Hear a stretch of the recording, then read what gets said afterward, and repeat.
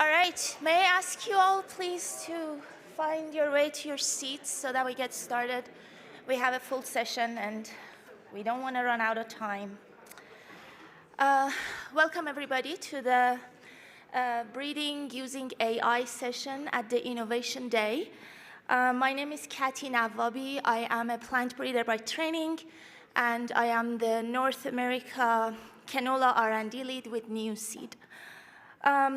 Myself and Larry are going to be chairing this session today, and I wanted to tell you a little bit about how this meeting came about.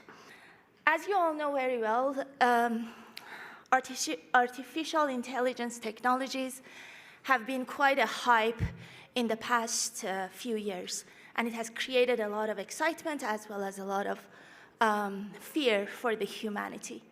And us breeders, while we don't yet worry about our job securities, or if we do, it's for other reasons, we want to understand how AI can help us as a tool to bring in efficiency and accuracies into our breeding programs.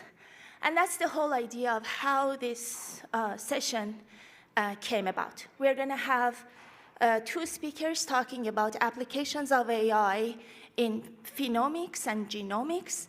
We're going to have one speaker talking about the use of AI in disease screening. And at the very end, we are going to have a wrap-up of the session to look at the good, the bad, and the ugly of AI, and hoping that this can help us find the right tool for the right job. So, with that, let's get into the session. Our first speaker is going to be Iulian Gabur. He's a scientific researcher in the Department of Plant Breeding in University of Gießen. He has a PhD from the same university in Germany, and his research interests are on development of bioinformatics tools for genomic predictions, integration of artificial intelligence models in applied plant breeding, plant genetic resources, and next-generation sequencing technologies. He was supposed to be here in person, but unfortunately, due to weather, he lost his connecting flight, and he couldn't be here in person. But with many thanks from the organizing committee, we can have him live on Zoom. So he must be on, I'm assuming. And the title of his talk is From Field Trials to AI-Based Predictions. Thanks, Iulian.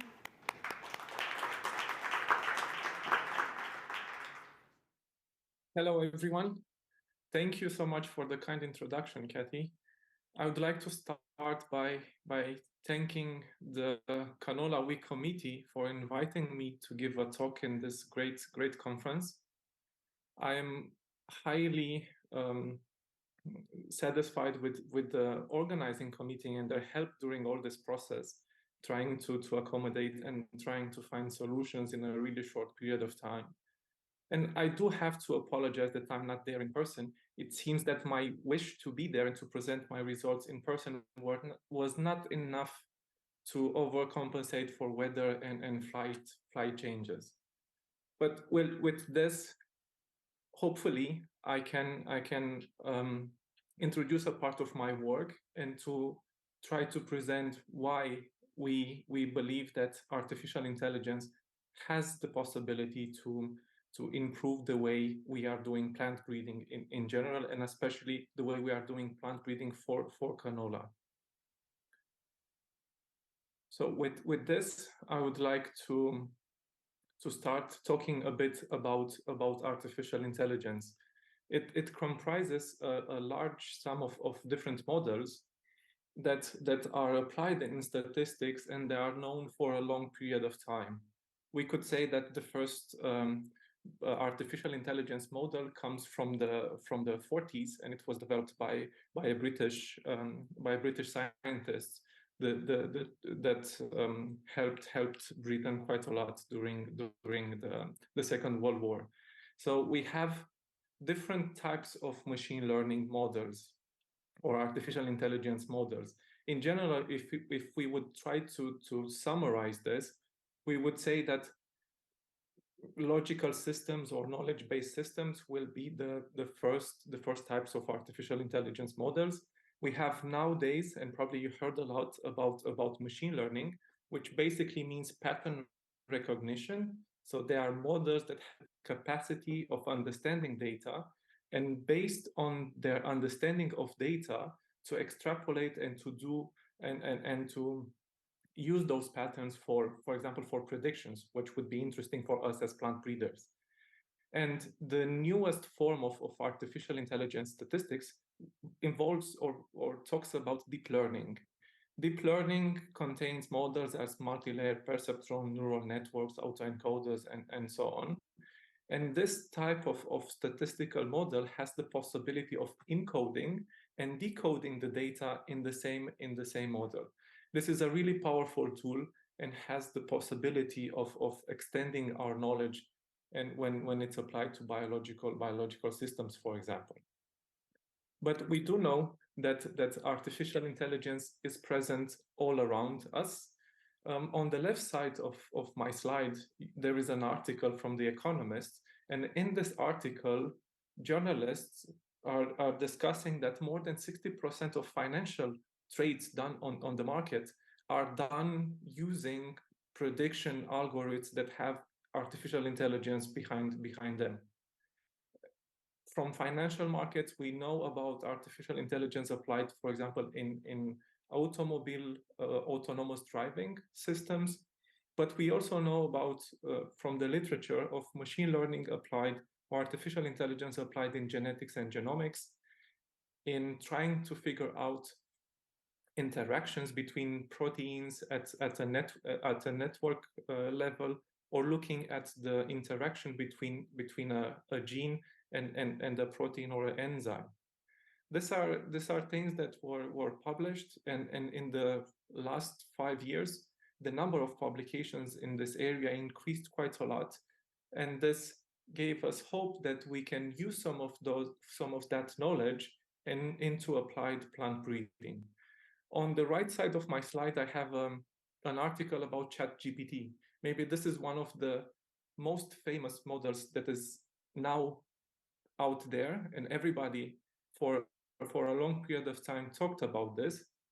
It's a text-based model that has the capacity of replying and gives the user the feeling that it's replying as a human being. Behind it is a natural language processing model having a neural network, and it generates the answer based on the way you formulate a question. So it is creating concerns for the science community, but it's also creating quite a lot of opportunities in trying to use this type of models. I want to talk about more about the opportunities in today's talk, and I want to give you an example of how I try to use ChatGPT. I asked it, how many scientists does it take to change a light bulb? And the first answer that it gave me, it was let's say, a classical response to this one. It sounded like this: only one, but they need a research grant, a team of assistants, access to a well-equipped laboratory, and a couple of years to publish the data. And I was like, okay, that's interesting.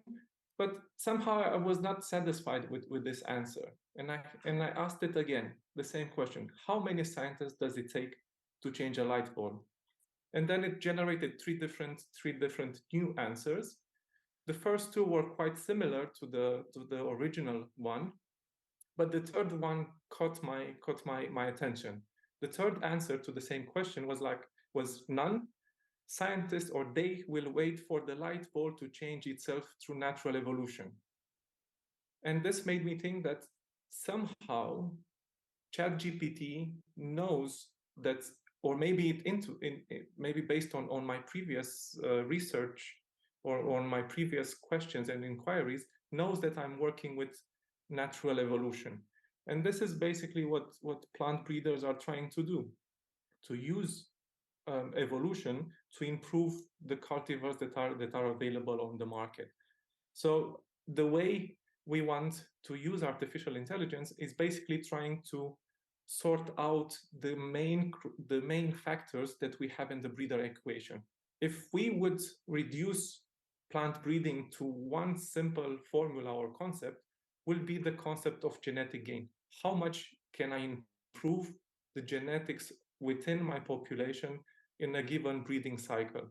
So this formula contains a few factors, and among the really important factors are the selection intensity, how much can we select in a given time period, the accuracy of selection, the amount of genetic diversity that we have in the data set, and everything overlapped by the length of the breeding cycle. So to answer the question, how well can we improve our breeder equation, or the way we improve genetics, is simple. We have to select more. We have to do it more intensively and more accurately. We have to use new genetic diversity in our panels, and we have to do everything faster. So in this context, in this example, we believe that artificial intelligence has the possibility of introducing ways of selecting more intensively through digital phenotyping and drone data analysis. We believe that we can actually select more accurately when we have data on 3D plant phenomics, for example. We can select parental lines more efficiently, trying to conserve the diversity in our panel, or even increase it using, for example, genetic algorithms or natural language processing models. And we can do everything much faster by using genomic selection. My talk is about genomic selection and the way, based on our experience, artificial intelligence can help. So I will talk about three different examples. First will be, in general, artificial intelligence in genomic selection. The second one will be on how we can include environmental data into our prediction pipelines and see how this influences the prediction accuracies. And the final part of my talk will be about mixed approaches. How can we use a mix of different algorithms to try to improve even further the prediction accuracies? So as I said, artificial intelligence or genomic selection will affect the intensity, the accuracy, and the length of the breeding cycle. In a conventional plant breeding, when we start analyzing the data, we will have a diversity panel or a germplasm pool that contains different genotypes.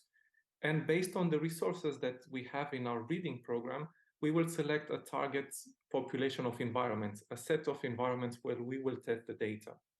After testing and collecting the phenotype data, based on their performance, we will do a selection and go further into the next breeding cycle. And this is the classical breeding program, and this is something that breeders are doing for a long period of time, and this is something that worked quite well up to today. On the other hand comes genomic selection, and genomic selection gives us the possibility to select and to analyze more data than what we did up to now using only classical plant breeding. And this comes with a powerful tool that was first described and used on a high scale in animal breeding. And it's based on the genetics of the population that we are testing. Normally we are SNP genotyping the panels. We are testing a part of the initial population in multi-environmental scenarios. And then at the end, based on the training of a prediction model, we are generating estimated breeding values for all the other plant material that was not put physically in the field. And based on this, we have the possibility to extend the level of intensity in our breeding program. So genomic selection works quite simple. We have a training population that comprises of phenotypes and genotypes, and based on this input data, we train a model. The most popular and well-known model will be GBLUP, but we also have other different linear models that have done and are still doing quite a good job. Using the model that was trained with phenotypes and genotypes from the training population, we are generating for the breeding population, for the validation population, genetically estimating breeding values. And based on those values, we are evaluating if a plant material is, or the quality of that plant materials is high enough to be included in the next steps into our breeding population. We changed a bit the way we are doing this, and we included as testing of models not only linear ones, classical linear prediction models. We also included Bayesian approaches, and we included artificial intelligence. And here as are a few examples, like support vector machines, random forests, or different types of neural networks. So to give you an idea on why do we think that this works, is one example of a data set. We have points that are red and black, and we want, based on this data set, to train a model that is able to predict or to classify really well if a point is black or red. So the first approach, in a classical approach, we will have a linear regression, which will basically mean that we will fit one line based on the training data, and that line that straight line, that linear regression, will represent the model that we use for predictions. As you can see from this example, that model will have an accuracy, but it will not be the best accuracy. And that's why we believe that having non-linear regressions, like in the example below on my slide, we could capture more of the differences between from the original data set, and this will increase the accuracy for predictions. A similar approach, or a complementary approach based on AI, will be using random forests. Random forests are tree-based predictors that subset the original data set, and from the subset they ask if the classification works in one small part of the population data, and based on those that actually work, they will create a vote of the majority and generate the final prediction outcome. And a third model that I will talk about quite a lot will be a neural network, which was initially intended to be a simulation of a biological neuron. In fact, it's far away from the capacities of the neuron, of the human neuron, but it's quite, or the structure of a neural network, of a statistical neural network, has a similarity to the neuron, because it has input values, it uses a bias, it has an activation function that introduces non-linearity, and it generates an outcome. So in our case, we will have, for example, as input data SNP, or gene expression, or haplotypes, or whatever other type of genetic data we can put our hand on. We will have hidden layers that go through this model, and then at the end we will predict a phenotype, which would be yield, or disease resistance, or quality, oil content, or protein content in canola.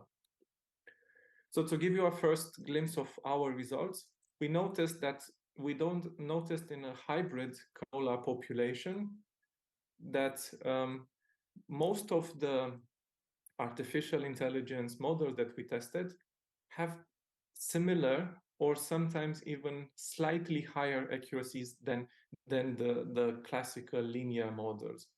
So we noticed, for example, that artificial neural networks could overcome and could slightly improve in accuracies compared to rich regression, for example, for yield in the first plot, or for days to flower. I want to come to a second example, and we always noticed that in general the accuracies for yield, for example, will be around 50% accuracy. And we know that a plant or the yield that we measure from a plant is comprised from the genetics of that hybrid or that cultivar and the interaction of that genetics with the environment. And the concept is that, or the idea is that we should try to use environmental data to explain why a certain genotype reaches a higher yield than another one. And this is what we did. And in this example, we had a look at an extraordinary data set from our collaborators from DLC, the University of Manitoba. This is mainly the excellent work done by Zakaria Liban. I know that he's in the room, so he will be able to answer more questions on this data set than I am. And so just to briefly pinpoint the key information in this is that we had a population of 5,000 hybrids that were tested in at least 3 locations across Canada, and in total in a time period of 5 years. For all that material, for all those hybrids, we had phenotype data, we had SNP genotyping data, and we also had environmental data. We did notice that based on the performance, on the average performance of hybrids in a location, we have really high differences between yield. You see 5 different curved lines in this plot. Each X will mean the average yield of those hybrids tested in one given location. And we see, for example, in 2016 that it ranges from 2,000 kilograms per hectare to 5,000. And it's a similar trend across all different years and across locations. So that's why Zach had this idea that we should have environmental data into the equation. And this is what happened. We included information about rain, day length, humidity, temperatures. And this information was processed and used into our prediction pipelines. The outcome was something that I hope that we can publish really soon and with more details. What we did notice is that for almost all traits of interest, having environmental data into the prediction pipelines increases the prediction accuracy. And the final example that I want to talk about is our mixed approaches. And this is something that we've been testing quite a lot in Gießen, and it surrounds the concept of phenomic selection. This idea was developed by a French group, and it was published in 2018. And they proposed that based on wavelengths, based on measurements that are done using NIRS technology, you can actually predict different traits in cultivars. And their main discovery was that actually prediction based on wavelength, on NIRS data, is as good and sometimes even better than prediction based on SNP information. And this is an example from wheat. And they showed this also that it works really well in other different crops. So the idea is that you have a reference genome, and from that reference genome, you collect NIRS data, you train a predictive model, and then using this predictive model, you can try to extrapolate and to predict the performance of genotypes in other simulator or hypothetical environments. And we did this in Gießen, and we looked at again at a hybrid population. It's a population that comprises around 900 hybrids that were derived from multi-parental process. And what we noticed is that SNP data for flowering time predicts less, or the prediction accuracy is a bit lower than when we combine SNP data with wavelengths, with NIRS data. And this is something that I think that every rapeseed breeder and also producer can relate to. We are measuring we are measuring our seed slots every year for oil and for protein and for other traits using NIRS data. we know, and we showed, and we will publish this hopefully again soon, we show that using the data from the NIRS calibration, we can predict traits that were not measured by NIRS, for example, flowering time or yield. And combining NIRS data with genetics data, we can increase the accuracy across our data sets. And including, for example, support vector machines or gradient boosting, we can even go beyond what a linear model could do as an accuracy point from an accuracy point of view. And there are a few other strategies that we are testing now. For example, we are testing autoencoders, trying to understand the most important features in the data set that generate a high prediction and generate differences, for example, between a low-yielding genotype and a high-yielding genotype, and combine that information into new prediction pipelines. We are also testing graphical neural nets to try to better explain the interactions and the interaction networks within our population.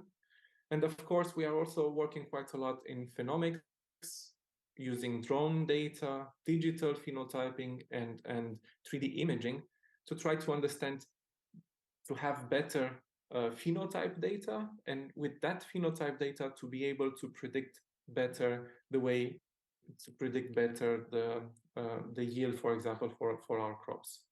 There are a few challenges of AI, and the most important one will be the curse of dimensionality and overfitting of AI models. On the left side, there are two pictures of wind turbines. If you can imagine, one picture in one dimension will be just a line of dots, of pixels. In 2 dimensions, we can have the first image that you see here, and that will show a wind turbine with 6 propellers. But if we look in 3 dimensions, we will have a more clear answer or more clear representation of the training data set. If we would train a prediction model on the first image with propellers, with wind turbines that have 6 propellers, we will have 0 accuracy because the training data was biased. And this is something that we really have to take care when we are discussing about training and prediction accuracies. And we also have to take care of overfitting, which means models that capture every little error that we have in the phenotype. And this is something that scientists have to take into account. And there is the final thing that I want to show you, and it involves a really nice, colorful data set. It's a data set that was trained on different pictures of wolves and huskies, and training a model to predict, the main idea was to train a model to predict if in a picture we have a wolf or a husky. And as you see in this example, we have an 80% accuracy because there are only two pictures where the model was not able to predict correctly if in the picture it was a wolf or it was a husky. And people wanted to know if this is enough, and actually they realized when looking more deeply at the data that the predictions or the models were not predicted based on the phenotype, on the way a wolf or a husky looks like, but it was actually predicting based on the snow in the background. So this is again something that we have to take into account. The whole, starting from this discovery in 2018, we are talking today about explainable AI, trying to understand what actually drives the accuracy. It's not enough to say that we have 90% accuracy. It would be better if we could say we have 90% accuracy because these factors are those factors, important factors that are contributing to the overall accuracy of our models. And with this, I would like to thank my collaborators, our strong collaboration with the industry partners, the German NPZ Innovation Company, DLCs from Canada, and the University of Manitoba. And of course, I have to thank a lot to my collaborators in the computer science realm, because as mentioned, I'm a plant breeder by training, not a computer scientist. And with this, I'd like to thank you a lot for your attention, and I will be happy to answer any questions you might have.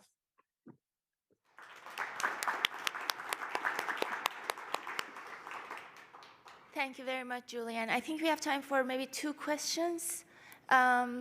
If you are in the room, there are mics going around.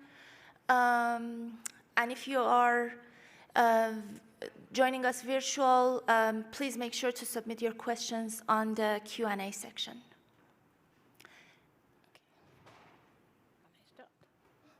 Okay.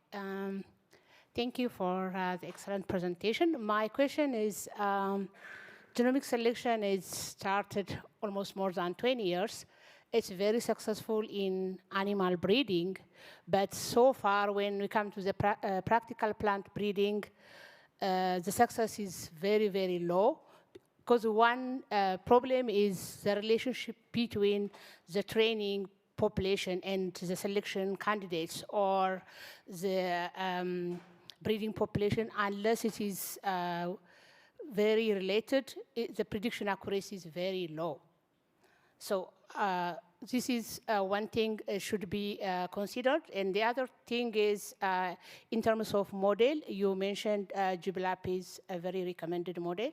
But as far as I know, it depends on the type of or the kind of trait you are working on. So how you improve the prediction accuracy across population, not within population or within full SIPs or half SIPs?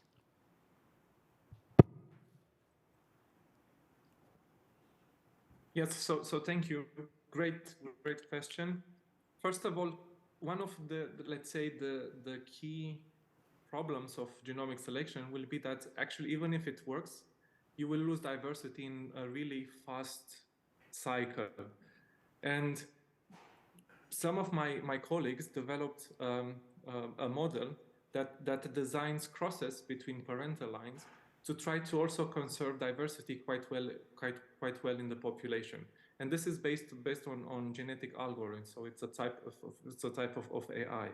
And this would be one way of trying to compensate for one of the drawbacks that genomic selection has. If we would like to test across populations, to come to the second part of the question, is we are still limited because we can't, at this point, take into account genetics that we don't have in the training. We only hope that we have enough diversity in our training population to try to put weights on that diversity and to create a prediction pipeline that is good enough. And AI will be able, hopefully at some point, to do this, but it will come with a cost, higher data sets and data sets with a higher dimensionality and with a high level of information for training. I hope this answered your concerns. Thank you.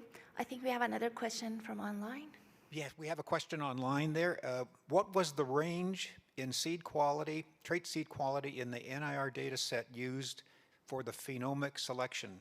Were non-00 and low oil lines included? So most of the material that we are testing is 00. We also tested a diversity panel, but that was a winter type diversity panel. And that also included just low glucosinolates or high russic acid genotypes being a diversity panel. The critical point that we realized when we were working on this data is the range of wavelengths. We should have, for a consistent accuracy across different types of data sets, we should have at least 1,000 different wavelengths. If we go below this, or the machine does not have the capacity of capturing more than 1,000 different wavelengths, then the fingerprint that it generates will not be good enough to overcome SNP-based genomic predictors. So it works quite well, to answer it simply, for both 00 and 10 type of populations. But the critical point is the range, or how many wavelengths you actually include into the prediction pipeline. So for us, 1,000 will be the minimum. Thank you very much. There's one more question. How about the outliers? Because there is always outliers, and how is your model treating outliers?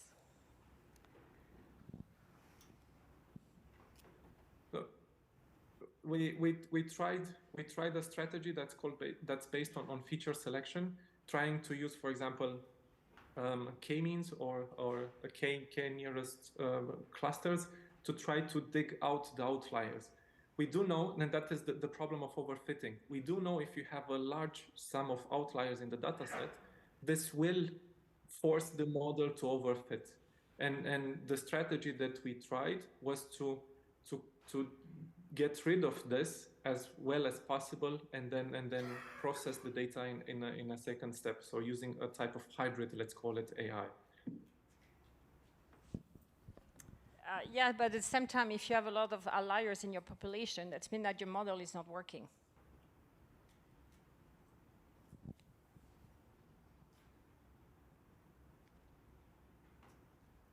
Sorry? I was thinking that if you have a lot of outliers in your population, that means your model is not working because it's not predicting. Because you have a lot of outliers. It all depends on the amount of proportion of outliers that in your model. We are forced, and we are still stuck on the accuracy or how well the phenotyping is done. The model will, when we train normally a model, we split the original data into 90 to 10. So 19 for training, 10% for predictions. And if the entire data set is biased, then we will have a lower accuracy, but it will still generate something. There is a saying that we have in statistics. If you feed wrong data, let's put it this way, to a model, it will generate an outcome, but that does not mean that it's the correct outcome. It's up to you as the scientist to see if it makes sense. Okay. Thank you, Julian. I'm afraid we don't have any more time for any further questions. You all know where to find Julian and his email.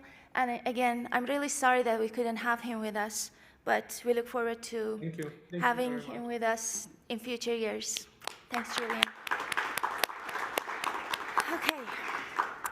All right. Our next speaker is Britt Ousterhout from Bayer Crop Science. She's a data science leader and the head of digital phenotyping in breeding. She is leading a precision breeding and field testing program leveraging AI and remote sensing with Bayer.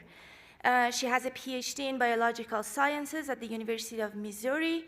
She's joining us online with a pre-recorded presentation, and the title of her talk is Advancing Precision Canola Breeding with AI-Powered Phenotyping. Good morning, and thank you everyone for the opportunity to speak with you today. I'm excited to share with you how Bayer is leveraging AI to phenotype and deliver on precision breeding. My goal here is that you walk away with two things. One, I'm going to start with the why. Anyone that's attempted or has implemented digital phenotyping at a continent or global scaled breeding program knows it is no easy task. So first I want to help you understand a bit of our journey there and why this has become a core capability and something that's really central to our vision of delivering on precision breeding. After that, I want to get to the exciting innovative parts, right? What are we doing now? What are we excited about in the near-term future that's going to allow us to keep delivering excellent products to our growers at an ever-accelerating cadence? So when we think about why digital phenotyping and why have we made this core capability central to what we do, I think it's helpful to start with what it's done for our canola breeding pipeline and the value it's delivered over what is a relatively short time as we think about biological processes with real phenological limitations or challenges. So this is not going to come as a surprise to a room full of canola experts, but you might have seen some really impressive things coming out of our canola breeding pipeline lately. Straight Cut Plus is a great example. By having a global breeding pipeline that leverages the latest advances not only in genotyping and AI, but also in phenotyping, the team was able to quickly address a product need and improve our pod shatter protection. Now, this wasn't a fluke. We didn't just get lucky. The foundation that enabled us to do this was really established about 7 years ago when the canola breeding pipeline received a significant increase in the size and the investment we made there year over year. As a result of this investment, our canola pipeline has effectively increased 10x in size through advances in genotyping and machine learning approaches.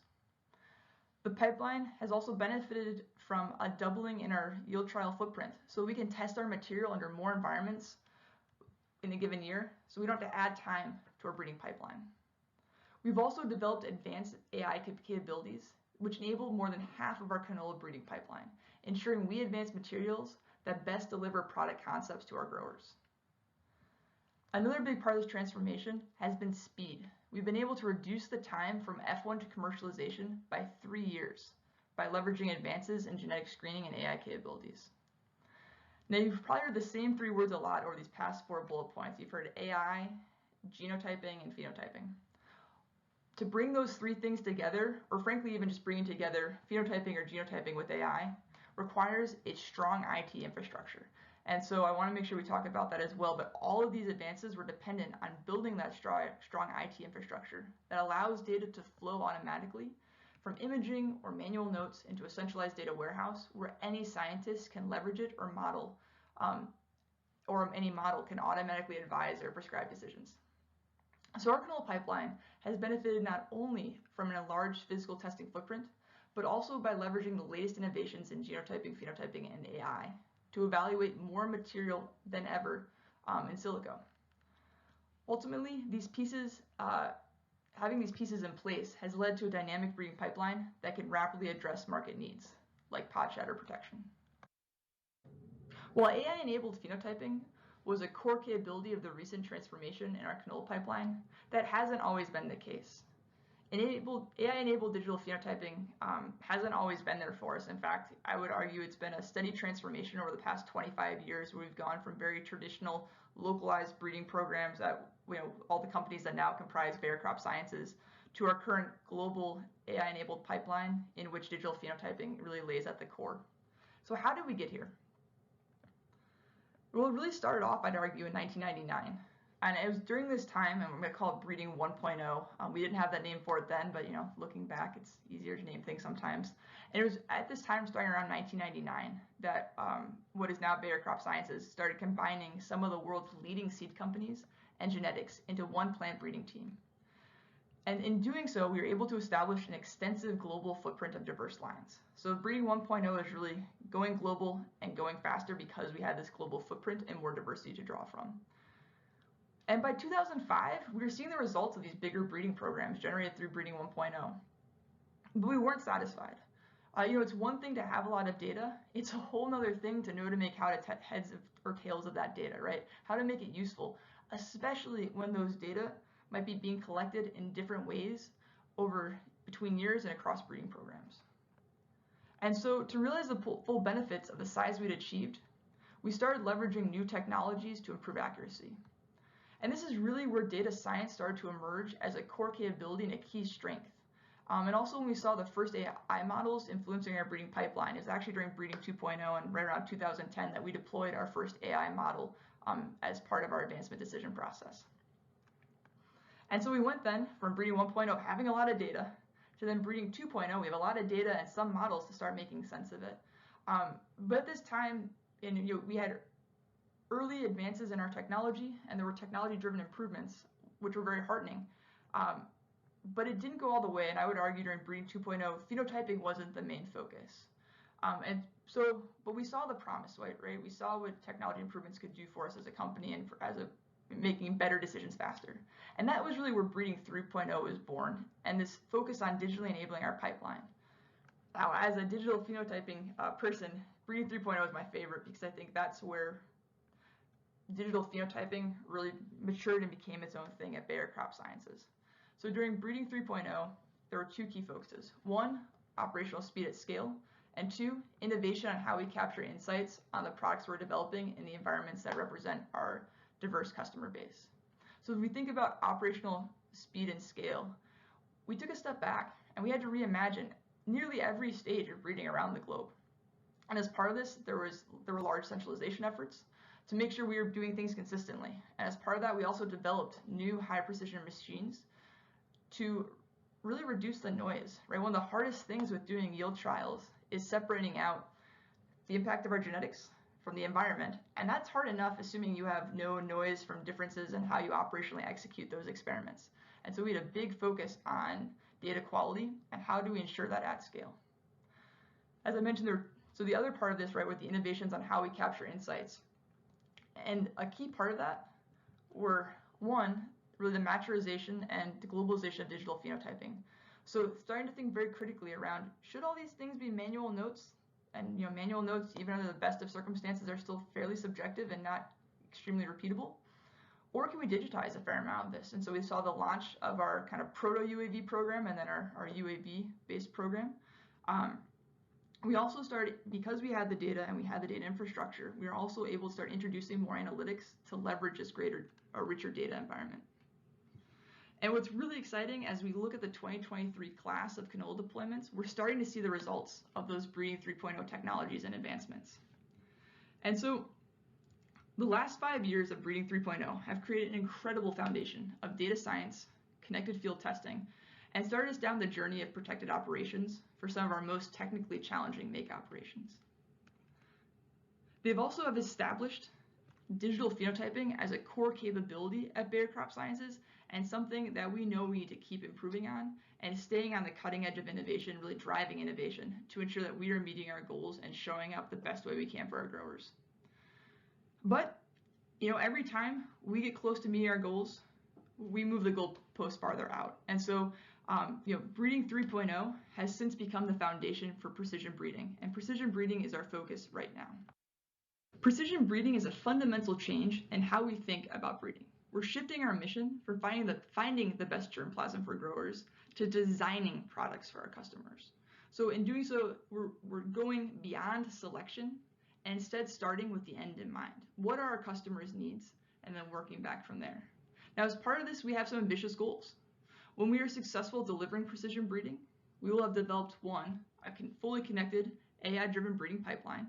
So think about all the things we're talking about in the panels today between AI-driven genotyping, AI pathology, understanding disease better, AI-driven digital phenotyping. We're going to need all those parts in place, right, to have an AI-driven breeding pipeline. Another measure of our success is going to be accelerated product design by reducing the time per breeding generation from 60 months to 4 months. Right, a major limitation in how quickly we can respond to growers' needs is the length of our breeding pipeline. So how can we leverage AI? How can we leverage protected culture? How can we leverage advances in genotyping and phenotyping to move faster and to deliver for our growers more dynamically? And then finally, we'll know we're successful if we've been able to double the rate of genetic gain by 2030. So to achieve these outcomes, we'll need to do many things. I'm going to focus on a few here today as they relate to digital phenotyping. But one, we'll need to generate data at scale and accurately.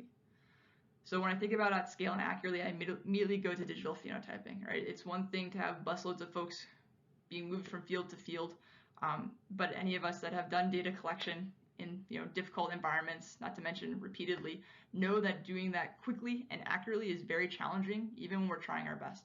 And so we'll need to shift as much as we can and continue to expand our digital phenotyping platform. To be successful delivering precision breeding and our desired outcomes, we're also going to need to accelerate product design. So accelerating this is also going to require perhaps new ways of thinking and phenotyping our products, not just the ways we've always done. Finally, we need to think about optimized product development, where we prescribed field evaluations to improve customer recommendations and match products to specific environments. So again, how do we phenotype the right material at the right time so that we know we're successful here and that we prescribe the right evaluations in the following year based on how confident we are in our characterizations from the previous seasons?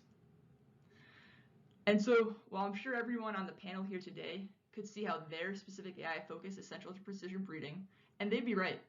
But as a digital phenotyping lead, I'm particularly excited about how this journey builds on our legacy of leveraging data science and phenotyping at a global scale and really puts that front and center, right? This is no longer that crazy thing that maybe we can pull off. This is a must-do, a core capability for being successful in precision breeding. And so with precision breeding, we're going to continue to use the foundation we established in breeding 1.0 to 3.0. We're going to continue to leverage the scale, the speed, the data infrastructure, the digital enablement to expand our phenotyping and modeling capabilities, and to leverage our knowledge of crop genomes and the environments that farmers are growing in. And combining this with this new generation of digital phenotyping capabilities I'm going to talk about really soon, and recent advances in AI, we're going to be able to drive better insights and do this quicker.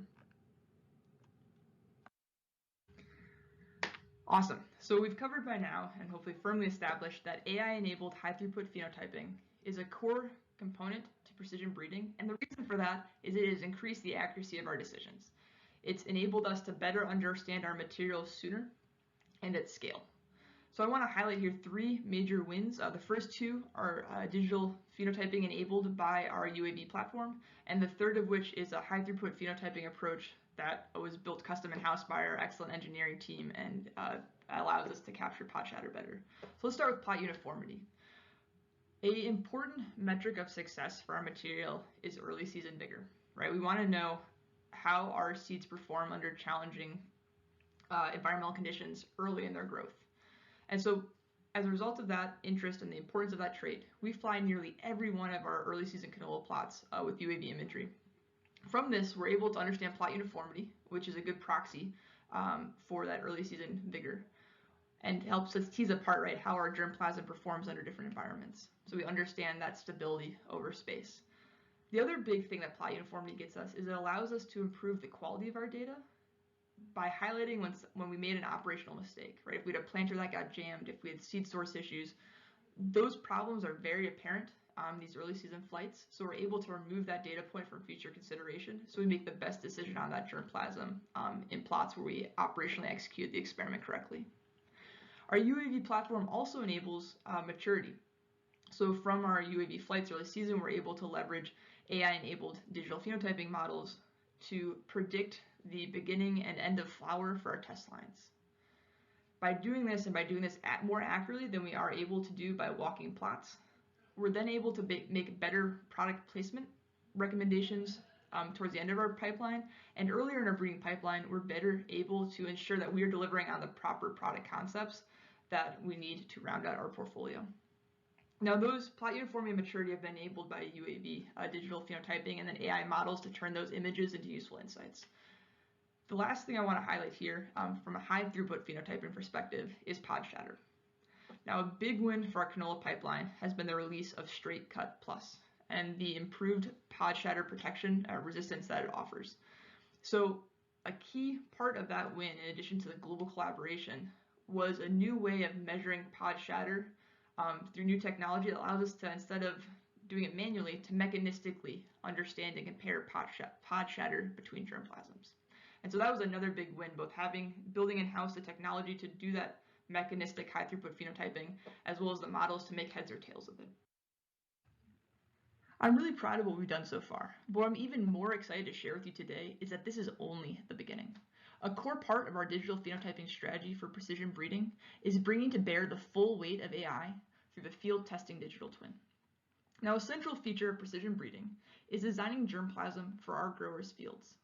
And while we have a very large canola testing footprint, we can't be everywhere. But what we can do is leverage AI to combine what we know about our material from physical testing and simulate how it would perform on any grower's field. So taking, for example, here, on the left-hand side of this plot, we have 4 testing locations within a jurisdiction. Okay, that's a fairly dense testing network if we think about physical testing, but that's nothing compared to what we can simulate. And so we can go from 4 physical testing locations, and using what we know about performance in those locations, as well as the performance of our canola pipeline from the past several years across the entire network, we can go to over 1 million data points. And what this truly allows us to do is to understand the performance of our material, not just where we tested, but on any grower's fields.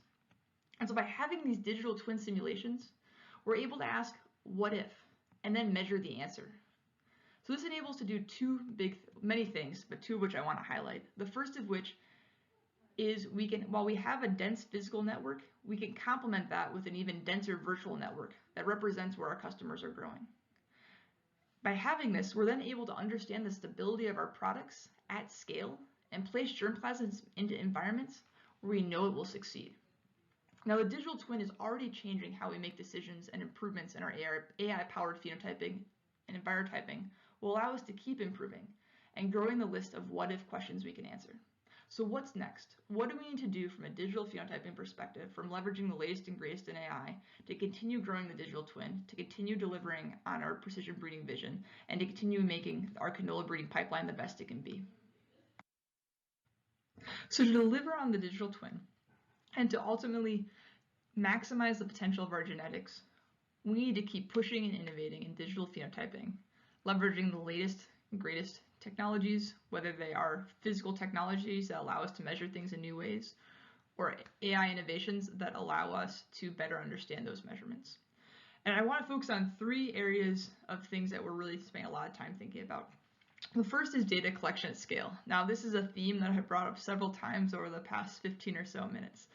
And what we really want to do is we've been successful at developing and deploying a global UAV platform that allows us to collect the same data in the same way across our network. The challenge with UAVs is they're operationally intensive. So while we can get a single point for most of these phenotypes, we want to move the needle to being able to get continuous phenotyping without increasing costs. So imagining other imaging platforms and sensing modalities that can help us do that. The second area we're focusing in on is new sensors. So right now our phenotyping platform is largely built around what we can see. So that's RGB sensors, LiDAR, quad band 6X, so right around the visible range. But there's all sorts of other sensors out there that could help us better understand our plant's physiology and the secondary phenotypes that contribute a lot to things like yield, plant height, and ear height. So how can we leverage those cameras to develop novel phenotypes? The third area we're focusing in on is more diverse conditions. We have a very impressive physical footprint, but it will always be finite. And within a given year, our material can only be exposed to so many environments, and we don't really control outside of the soil what environments they're being exposed to. So in addition to having models that allow us to choose the best physical locations, we also need to think about what phenotypes at what spatial and temporal scale do we need to collect to continue to improve the digital twin. Because the digital twin and the simulations it powers allow us to understand what happens not only where we physically test, but through simulations allow what happens or what would happen across hundreds of possible scenarios. So in short, it is an exciting time to be thinking about digital phenotyping at Bayer Crop Sciences and in general at breeding programs, especially as we think about canola.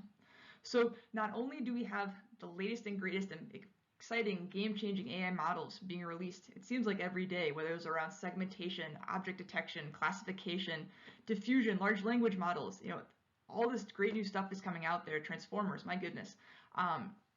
But when you have the confluence of these models then with the sensing technologies that are also being deployed, whether those are based on a UAV, UGV, in satellites, there's a tremendous world of what we can do, and I'm very excited to see where we go next. So as I mentioned at the beginning of the talk, there's 2 main things I'm hoping to leave you with. 1, AI-powered phenotyping is a core component of precision breeding, and as a result, we're able to deliver on product concepts that meet growers' needs at a scale faster than ever. And this is very true in canola, and I think we can see this as we look at Straight Cut Plus. The other big takeaway here that I hope you leave with is innovation is driving rapid improvements to our digital phenotyping platform and the materials that helps develop for growers. So again, thank you so much for your time, and I look forward to taking any questions folks might have later on in the Q&A session. Thank you.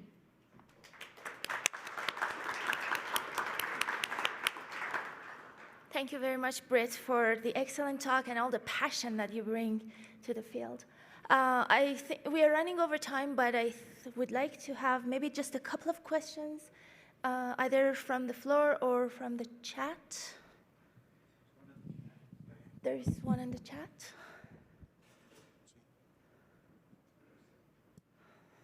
If not, the question on the chat is, are plot uniformity, maturity, and pod shatter digital phenotypes scalable to field scale images from UAVs or satellite images?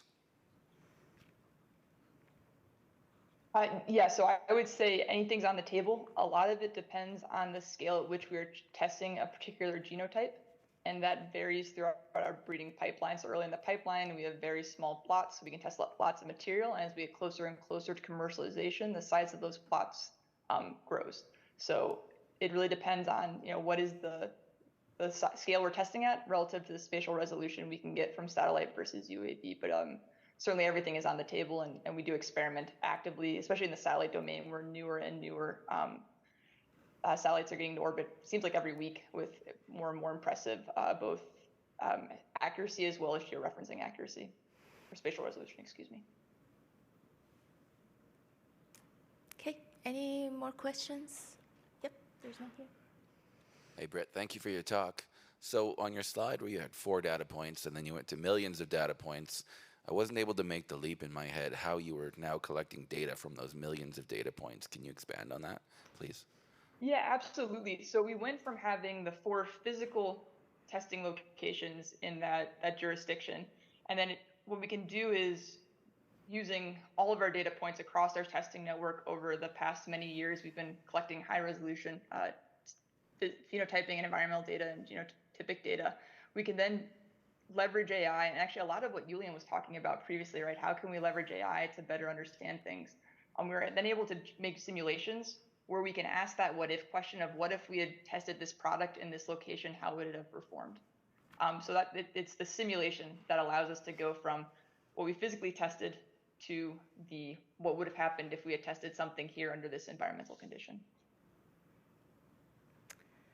Excellent. Thank you for the good questions. We need to move on. Our next speaker, well, before we go to the next speaker, let's thank Britt for joining us. Thank you. Okay, our next speaker is the famous Ralph Lange, who doesn't need any introduction. He started his career in 1988 as a plant pathologist, and he's the one who actually ran the earliest commercial blackleg nurseries. He's a plant pathologist with Alberta InnoTech, and is going to talk about practical implementation of machine learning, experiences with Verticillium stripe, and I want to remind you that you only have 20 minutes.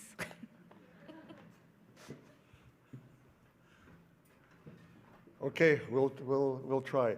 Actually, Julius's presentation made my job a whole lot easier, because he gave what I thought was an excellent description of the nuts and bolts really of how machine learning actually works. So my lab, at least the pathology portion of my lab, does a limited number of things. We work on sensors, biological sensors. We produce phenotypes. That includes, so how well do fungicides, that kind of thing work, and we produce inoculum. So, it's phenotypes with us a lot of the time. And one of the things that we've been doing for the last few years is screening or producing phenotypes for Verticillium stripe resistance. And this picture shows what that looks like. It's basically a root dip inoculation based on what we worked for fusarium wilt. And you can pick out pretty easily the susceptible line in there, and you can also, as a human, you can pick out pretty easily what the resistant rows are and what some of the intermediates are. So we can all do that pretty simply. Can we do that? Can we train an AI? Can we use machine learning to automate that process? So, look at our plants in the greenhouse is what a human does, looks at a row of plants, and if we're doing something like scoring a segregating population, like say for a mapping project, producing a number for each individual plant, we use a 1 to 9 scale, and making a data set of, in an Excel or whatever, a spreadsheet for further processing. So can we use a matrix for good, not evil, and instead have it produce, so emulate the human in doing this. Ultimately, we'd like to actually not produce rating scale values, so 1 to 9, we'd actually like to infer or produce data that our customers can use to infer the performance of lines or the genotype of lines based on how susceptible, how resistant the lines are directly rather than going through a scale, but we're not there yet. Julius also mentioned how, or sorry, why. So, human collected data sets are great but limited, because you can't send someone out to screen all day and all night and over a huge number of locations, and produces, even in the best staff, there's variability, of course. We've all experienced that.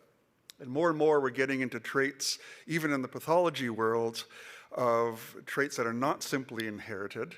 And this is one reason we picked Verticillium stripe. Not simply inherited, has a lot of interaction from the environment, a complex trait. We're also interested in things like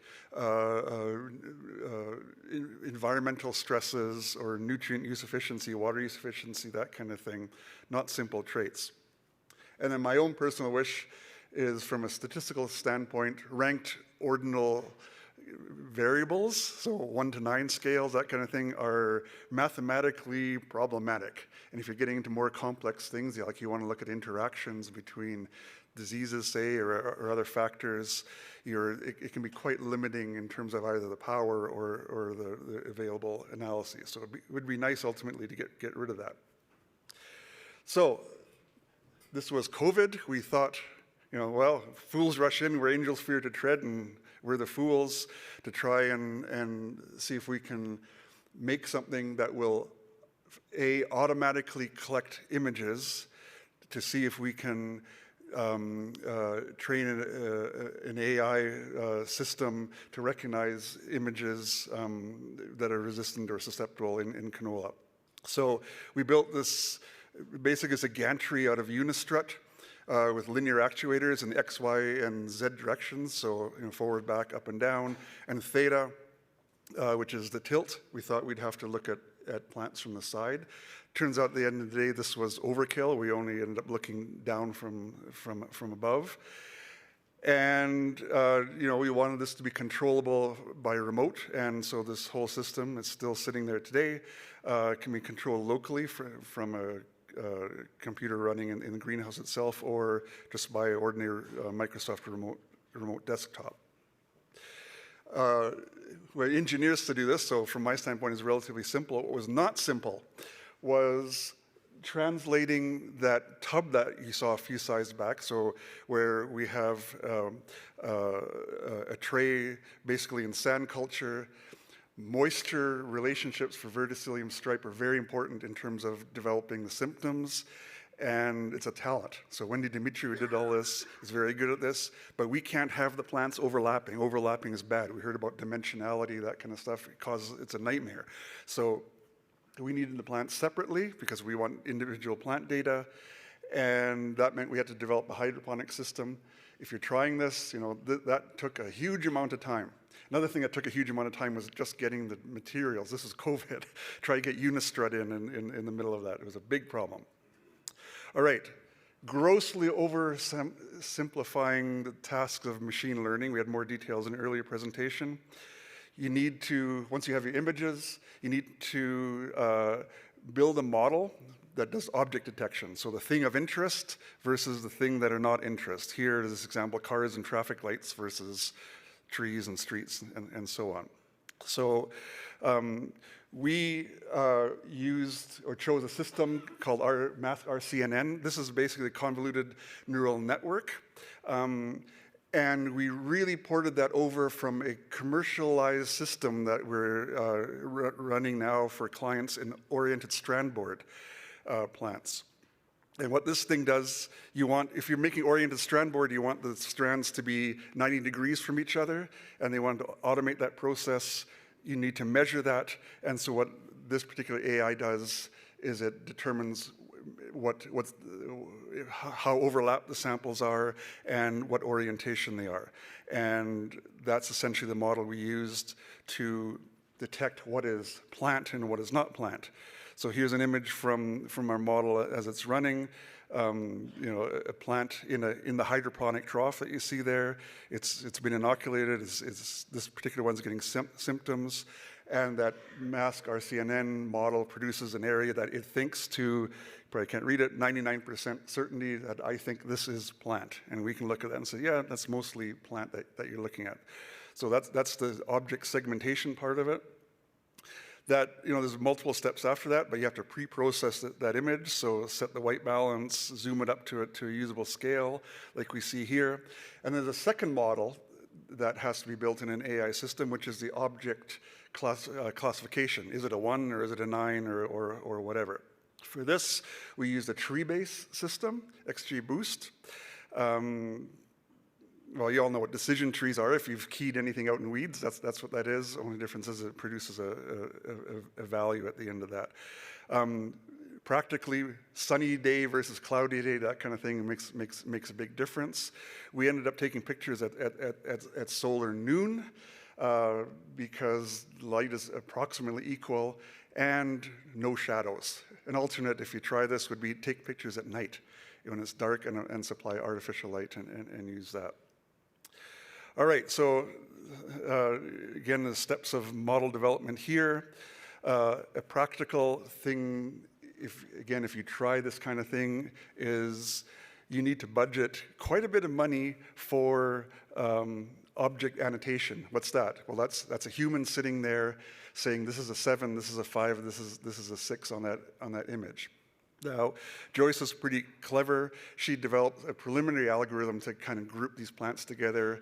At the time, she said, I've got about 2,000 images. I would have had to spend 270 hours, so 6 weeks full-time just doing that.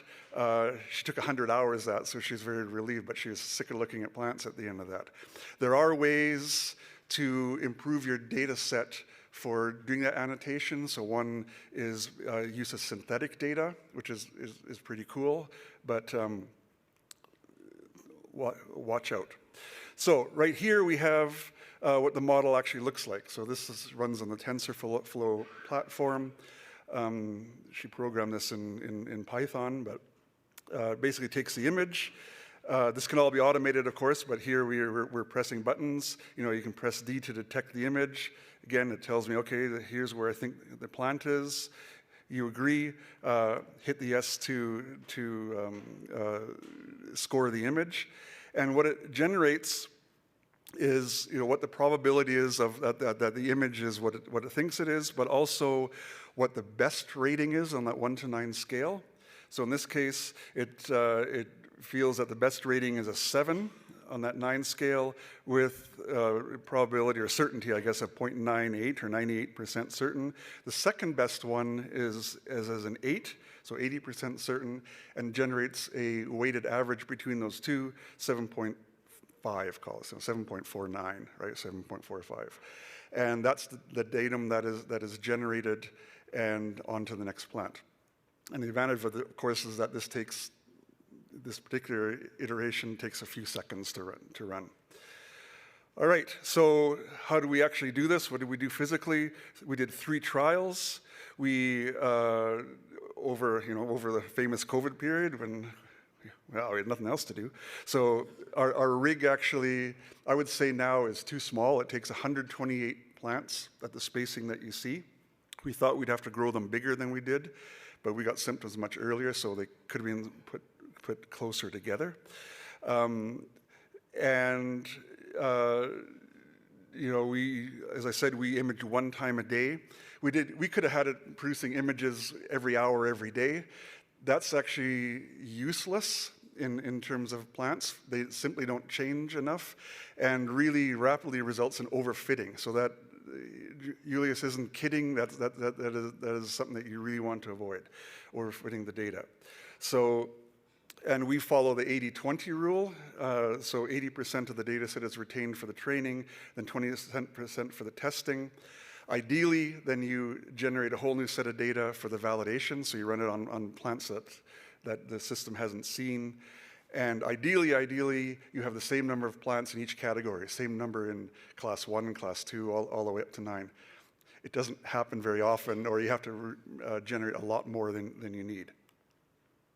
So so we generated a couple of different kinds of models. One was a 2-class model, resistant versus susceptible. And then she generated, I guess, 3 of those. I'll kind of skip over a little bit. The best one that meets those criteria I mentioned before, so different data sets and so on, was the third one. Balanced classes, different images for each step of the process. The other 2 were run interim, and so we reuse some images, that kind of thing. And a 9-class model.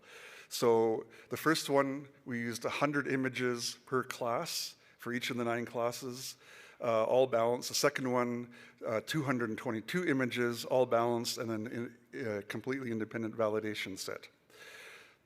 So on the 2-class model, here's kind of what you want to see.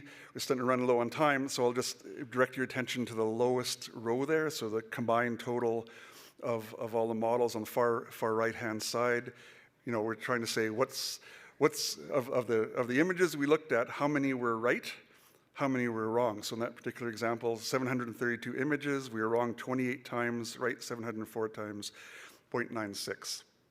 That's the accuracy within the set, and over 3 sets of data. Now, of course, yeah, we would really like to do this again on, you know, plants arrays at a different time, etc. 9-class model. So this time, we're looking at the models going across. The best model I mentioned is the bottom one. So we have separate data for the testing, the validation, and then combined. So 0 means, you know, how we consider acceptable exact match to the human rating. That's perfect. What do we end up with there? Well, about 65% accuracy to the human score. And actually, I'm quite happy with that. Why? Because if we at this stage had a 98% on a 9-class model, that's a real good sample, symptom of overfitting, right? If you are willing to accept a wrongness, if that's a word, of 1, so if it's really a 7, okay, 8 is okay, a 6 is okay, but 5 is bad and 1 is really bad. You know, if you accept that level of wrongness, then we're about 95%. So on a 9-point scale. So at the end of the day, yeah, it can be done. It is possible. I'm a plant pathologist. I have some training in plant breeding. It requires a lot of skills and a lot of patience. This is not something I learned in school. So lessons to take home. First of all, if you do try something like this, we built this thing. But there are phenotyping systems that you can buy. If you have the bucks, buy them. I would say if it's a system where you don't need to physically move plants, that's to your advantage, at least for us, because we want to put more plants through, not have to physically move plants in and out of a sensor, that kind of thing. Ground truthing accuracy, we heard it before, is very, very important because that's what you're building your model on. That said, we actually had our ground truther re-rate some images that came back as different from what was being, what she had thought initially. And the images were sent back to her just blind. Can you provide ratings on these pictures? She re-rated them, and her second rating actually agreed more with the machine. So, you know, that's just a human variability in action right there. As I said, we need a really, really diverse skill set. So, yeah, Wendy, you know, we had one person as much as possible do all the ratings. She did daily ratings, you know, at the most 3 days apart when there's a long weekend, that kind of thing. The guy building and designing the gantry and the actuators and the camera systems and so on is Wade Hagman. We had a guy, Hayden Ribchuk, doing the programming. So he wrote C++ code to control the cameras. And poor guy did a lot of troubleshooting. And then Joyce Chen, Wiley are actual process engineers. So they come from heavy oil sands manufacturing kind of background. And we use their skills to build the actual models. Joyce says, by the way, this is way harder technically than predicting which direction OSB chips are pointed. Plants move and they grow. And then, of course, none of this would have been possible. Our population that we use comes from Ag Canada, from the Hussein Borhan's lab. We participated in a project that we heard about from him on the first day at the Verticillium workshop, and we reused those genotypes with his permission to generate the plants that made the images. So, 2 minutes left according to the clock on the wall. I'd be happy to take any questions if you have any. Thanks. Thank you very much. You made it. Any questions for Ralph?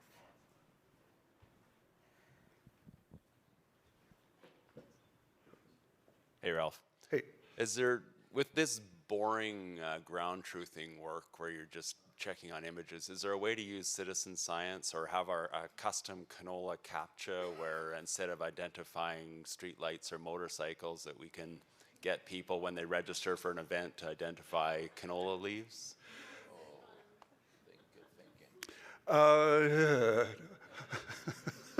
You're scaring me. Well, so yeah, what you're doing when you do those CAPTCHAs is you're being used by the Matrix or Skynet to train AIs into recognizing cars versus fire hydrants and all that. A lot of that work has been done, and this is available. You can get this data set from Microsoft. It takes a lot of skill. So could you do it? Well, yeah, maybe a canola leaf versus dirt, that kind of thing, but not verticillium stripe symptoms versus blackleg symptoms versus nutrient. You risk introducing a whole lot of spurious data into that. So no, I think this is a job for trained and validated evaluators, raters, so because we're emulating a human.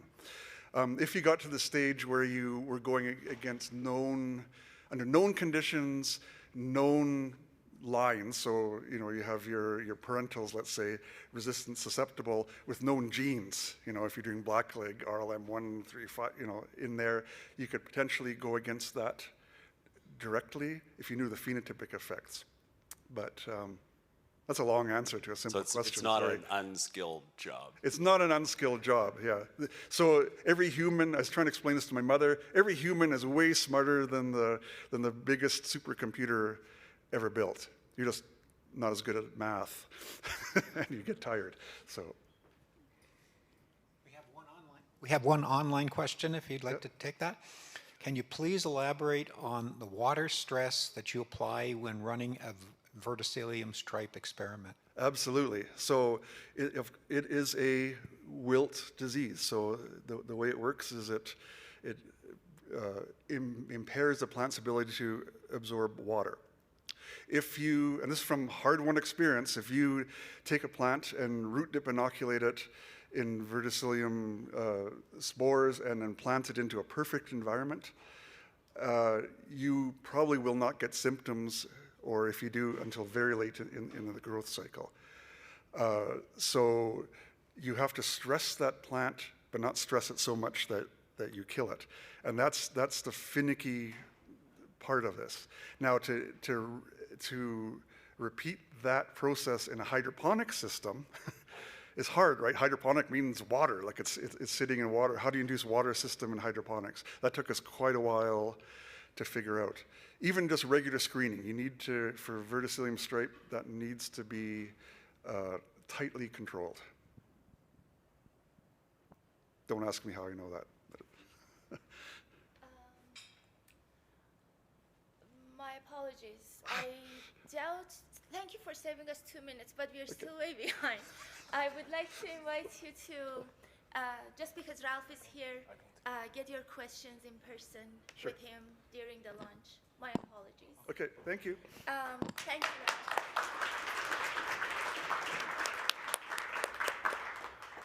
Ralph. Okay, so let's wrap up this session with a talk from Jordan Ubbens.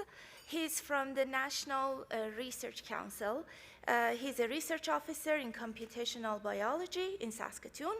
His research program involves the improvement of crop plants with a focus on machine learning applications in quantitative genetics and image-based plant phenotyping. He has a PhD in computer science at the University of Saskatchewan in plant phenotyping and imaging research center. Jordan will be talking about AI in plant breeding and genetics, the good, the bad, and the ugly, and I think it will be a perfect ending to this session. Thank you.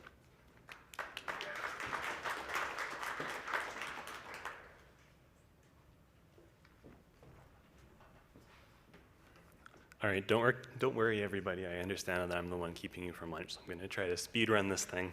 Ready? So when I was first asked to speak, they asked me, can you do a talk about AI and plant breeding? And my first response was something like, what, you want me to tell them that it doesn't work very well? And it was either Sally or Katy said, well, how about the good, the bad, and the ugly? So the title of this talk is actually due to them. It's not my idea, but I think it's a really good idea. For the sake of ending on a positive note, I'm actually going to switch it around a little bit. We're going to do the bad, the ugly, and the good. A couple very quick caveats. The first one is that I'm only going to focus my criticism on applications, particularly naive applications, of AI and machine learning in quantitative genetics as applied to plant breeding. There are so many good applications of AI in just generally plant science. Things like all of the image-based phenotyping we've been hearing about in this session is just wonderful work, very, very valid. Things like base calling, things like protein structure and prediction, there's so much opportunity there. So I'm not making broad criticisms of just AI and biology. These are very, very focused on this particular area. The other caveat is that I'm going to stop saying AI, I'm going to start saying machine learning, and the difference is really just semantic. Luckily, Iulian actually explained this figure to you, so you know what I'm talking about, but kind of suffice to say, we can consider those two terms interchangeable. So first, the bad. And now I have to apologize to Iulian because I'm going to just completely contradict everything he said. But there's a lot of evidence that machine learning actually underperforms classical methods in a lot of contexts. I'm not sure if you're familiar with online machine learning competitions, but there's a lot of these platforms out there where, as an organizer, you can release some of your data, and then people from all over the world can compete to try to make the best predictive model using that data. This particular one is called the Maze G/E competition. It was run last year by the Genomes to Fields Consortium, which is a group out of the US. And this is really interesting because this was one of the kind of the first large-scale competitions of this kind. The task that they were trying to do was predict the performance of maze hybrids in untested environments. And this got a lot of participation, lots of different models submitted, lots of deep learning models submitted. So what do you think the best one was? Do you think it was some super customized, hideously over-parameterized deep neural network? No, it's just the simple average of two standard linear models. So this particular figure is from the presentation of the winner, did a presentation at the Maze Congress meeting down there. And one really interesting thing about these competitions is that if you look at the best 5 or the best 10 submissions to them, if there's a certain class of model that tends to do really well in those top performers, that's a good indication that that's the best kind of model for that data set. And I know that not only the top 2 submissions were some sort of linear mixed model, but at least 3 of the top 5 were. So this is a good piece of evidence that we're not really there yet in terms of G/E prediction with these sort of deep neural networks. Here's another one. I apologize for showing you this kind of messy figure, but I just wanted to highlight the 3 different neural network methods on the right getting absolutely slayed by ridge regression BLUP on the left, just genomic BLUP, assuming Van Rieden's G. So there's a lot of these reviews you can find in the literature where they try a whole bunch of different kinds of models, and most often their sort of unbiased conclusion is that machine learning methods kind of work as well as linear methods on a best case. You can design situations with synthetic data where they perform better, but in general, they're not convincingly better than linear models. So the ugly, your data isn't actually very good for machine learning. Or why don't we have foundation models for plant genetics? So foundation models, I'm talking things about like ChatGPT is a good example. GPT is called a foundation model because it was trained on a huge, huge data set and it has all these really interesting sort of emergent properties, these capabilities that we didn't have before. So why can't we have Brassica GPT or Canola GPT and just solve all of crop genetics that way? Well, one main reason is that genotype data is inherently tabular data. If you look at a review of machine learning and biology, they'll often tell you that genotype data is sequence data because, base pairs are sort of in sequence on a chromosome. That kind of makes sense. Or they'll say that genotype data is like an image because you have all these different locations and you have some set of values that those positions can take on, so you can use things like convolutional neural networks. In reality, that's not really the case. Genotype data is a big spreadsheet, right? Because the key difference here is that for something like image data, and we have a lot of foundation models trained on image data, a red pixel in one image means the exact same thing as a red pixel in another image at a completely different location. That means that a particular wavelength of light hit the camera sensor at that location, and you can sort of generalize the meaning of the red pixel across every location in an image and every image in basically the entire internet because you can ingest the whole internet to train a foundation model for computer vision. That's not the case with genotype data. Saying that you're heterozygous at a particular location means a very, very different thing than saying you're heterozygous at another position on a completely different chromosome. So you can't really generalize these things across even the same individual. And it's also very, very hard to combine data sets because we genotype with different SNP chips, we do variant calling differently, and it's just our data sets are inherently very, very small because we can't combine them in the same way that we can combine text data or image data to just ingest the entire internet. And why this matters is something called scaling laws in the bitter lesson. So the bitter lesson refers to a very famous blog post that basically says you can be as clever as you want to in machine learning, you're always going to lose to someone who has more data. And this is, I show this, I apologize for showing these confusing figures, but basically this is probably going to end up being one of the most famous figures in all of computer science. It's a very, very famous paper showing how the performance of these large language models, like ChatGPT, basically have a log linear relationship with the compute and the data that you can feed it. And so if you look at the log axis on the x-axis there, we're talking about literally trillions of tokens that these things were trained on. We're never going to get there with, genotyping your NAM population or whatever. So now for the good. This isn't just doom and gloom, of course. There are good applications of machine learning in plant genetics. I mentioned this issue where even on real data sets where we assume that epistatic effects exist, they still don't seem to do better than linear models which aren't able to estimate those epistatic effects. And that implies that one of two things is true, basically. Either all traits are strongly linear additive in nature, possible, or that these deep neural networks are declining to estimate those epistatic effects, even though they could if they wanted to. And so what we did with this paper is we had a special kind of neural network where we actually blinded it to the identity of the allele at every site. So the network could tell where two individuals had the same value at every location, but it didn't actually know what allele was there. And what we found when we did this is that the neural network didn't actually care. There's actually an oilseed example. I think that the front one is actually carinata. I'm sorry, there's very little canola in this presentation.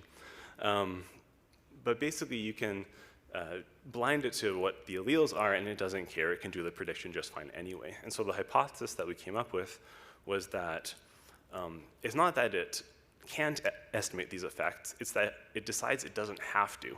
Basically, it can use sort of large artifacts of relatedness instead of estimating the effect of any particular marker, whether it's epistatic or otherwise. This one was actually a poster at PAG, I guess this year, kind of building on this idea of, well, if marker effects don't actually matter to these prediction algorithms, then these deep neural networks, then how much can we kind of squish one of these data sets down from tens or hundreds of thousands of SNPs down to something very, very, very tiny? And do we actually lose any prediction accuracy doing that? So we use this very awkward looking machine on the left, which I won't describe, to basically take an individual and just compress it into a series of ones and zeros, a very, very tiny representation of this originally very, very large data set. What you find is that with as few as 128 bits, you're able to actually retain the predictive ability of using the full data set before hyper-compressing it.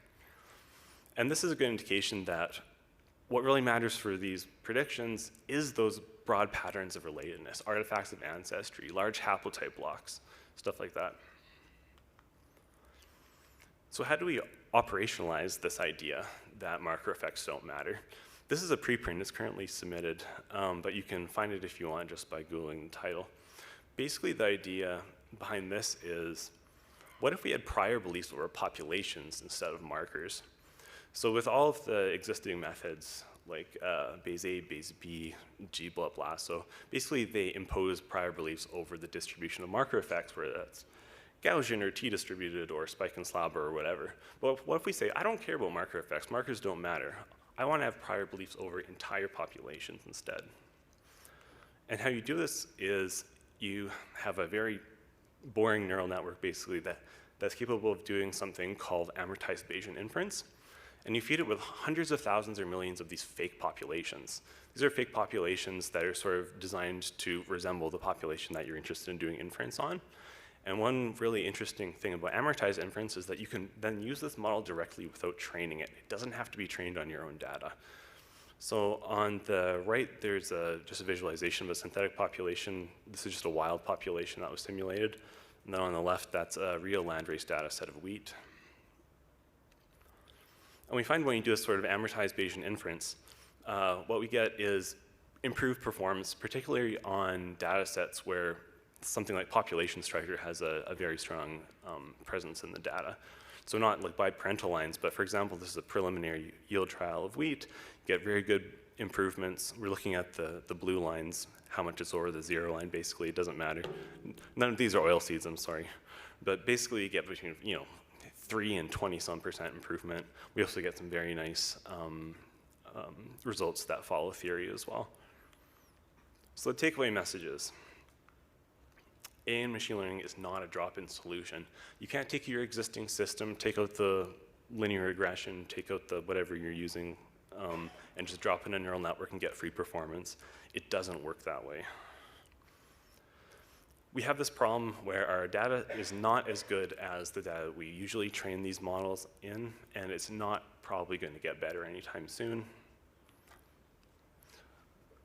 But why did I tell you about all those projects?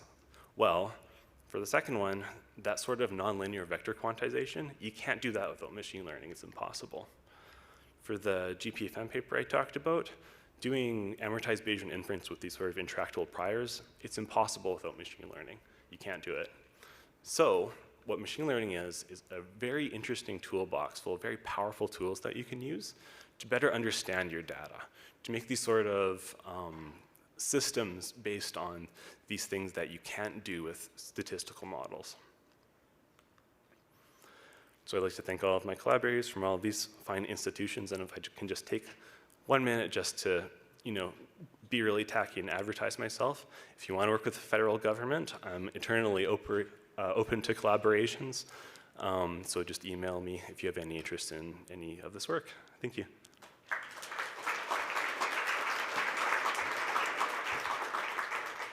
Thank you very much, Jordan. 6 minutes under. Thank you. So we have time for more than 2 questions.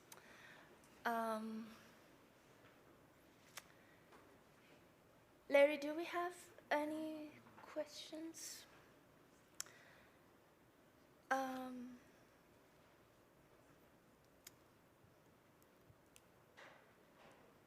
There's one over there. Yeah. is there any models you are working on in improving, predicting the dominant effect? Because most of the models so far are predicting the additive effect. You're talking about predicting the nonlinear effect? Yeah, so the neural network methods that I talked about, they could predict the nonlinear component. There are some other models that can do that as well. But basically, the results that I showed that basically it doesn't matter. You can use models that are only capable of estimating the additive part with constant variance, and they do about as well.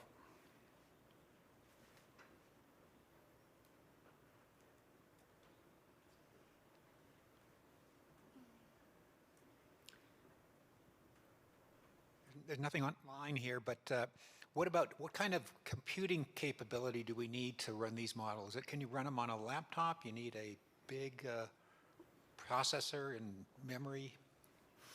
Yeah, so just the standard neural network ones, it really depends on how big your data is. For most of the analysis that I showed, you can do that on your laptop. For the GPFN I talked about, the fancy thing at the end, that required a compute cluster, basically with hundreds of cores just to do that simulation work. But the standard models are very, very easily runnable locally.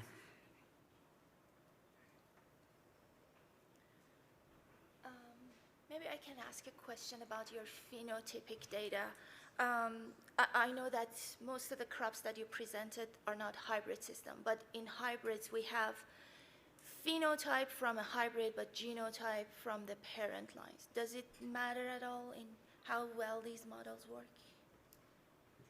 I'm just trying to think of any of the examples I showed were hybrids, and actually I'm not sure if they were. In theory, it shouldn't matter though.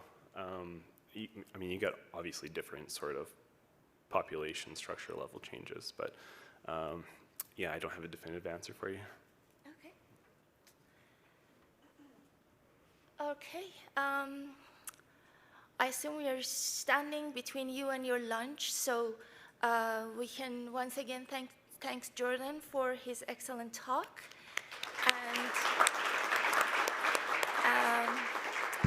and also all of you for the great questions and all the sponsors who made this session possible.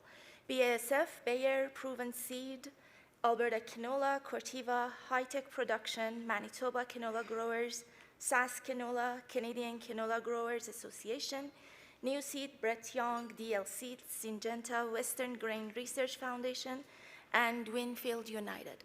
Now we can break for lunch. It's going to be over here, and let's reconvene at 1 o'clock. Thanks, everybody.